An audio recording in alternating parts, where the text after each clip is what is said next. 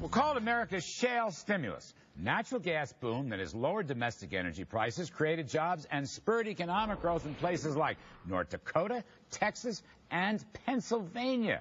Yet despite its benefits, there are reports tonight that President Obama's new Energy Secretary, Ernest Moniz, is planning to delay future exports of liquefied natural gas decisions. I don't really get that, but let's talk. We're back with Governor Tom Corbett and Alson Gilby. Let's just stay with natural gas for a minute and sure. all the fracking that's gone on. How much has your state's economy benefited from this energy? It has been a tremendous benefit to the economy, particularly to jobs in Pennsylvania. In the last 2 years, we've put 125,000 private sector jobs in place.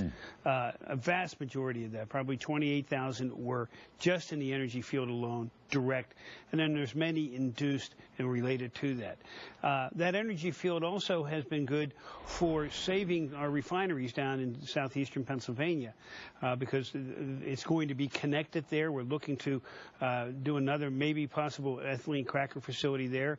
Shell Oil is looking at creating an ethylene cracker facility in southwestern Pennsylvania.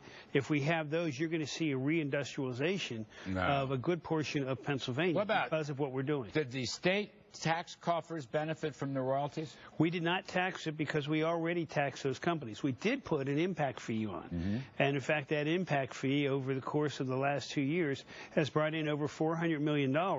But we made it unique. We said 63%, I believe is the number, had to go directly to the counties that are impacted by the drilling and the people that are up there doing it. You're going to go across the state line, talk to Governor Andrew Cuomo, who's holding up a decision. He can't make a decision. The reason he can't make a decision is, guy's been on our show, Robert Kennedy Jr. is stopping him. He's leading the environmental groups. Actually, let me put it to you differently. How did Pennsylvania beat the environmental groups? Well, I believe that the industry has demonstrated that the technology is safe. It has been going on for 30-some years in Texas. We passed a law last year that is the toughest environmental law in the nation when it comes to fracking. We are following what the industry is doing, and they have so far been safe. When there's been accidents, they have been penalized for it. So I hope Kennedy is hearing that. I think the jobs are also the jobs are convincing. But I'm not going to let you off, Austin. Why is the Obama administration opposed to opening up federal lands for this fracking and gas and oil? I'm not sure that's a totally fair characterization. I think it's got to be safe. We've got to establish the safety. I think a lot of the big companies that are doing the exploration and the drilling have done that. I think there are some questions, as I understand it, though I'm not an expert in this area, about more of the wildcatter and the small companies.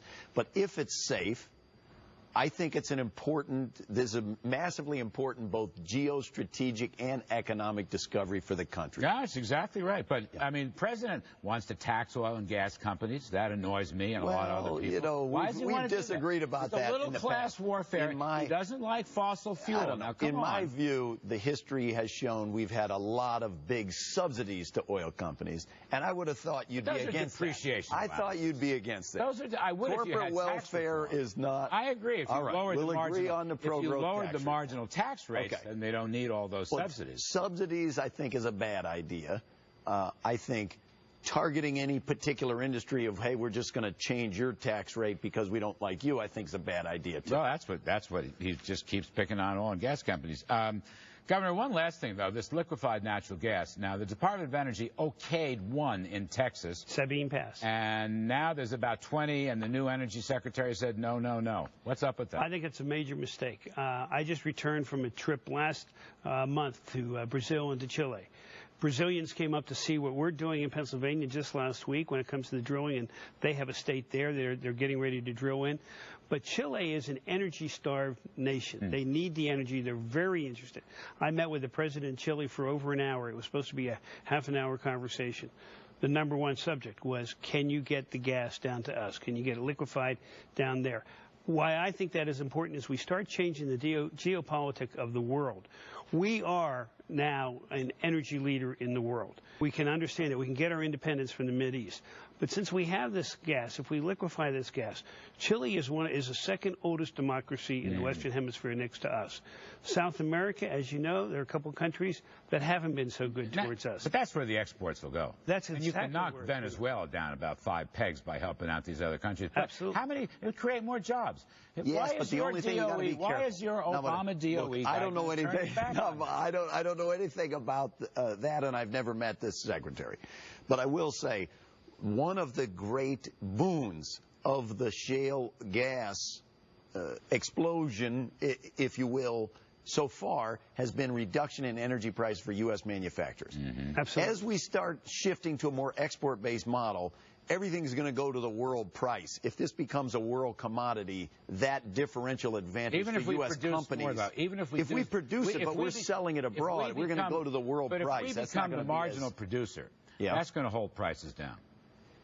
It will hold everyone's price down. Yeah, that's what I'm saying. It's a supply and demand issue right away. So as a jobs, as a matter, jobs all over the place.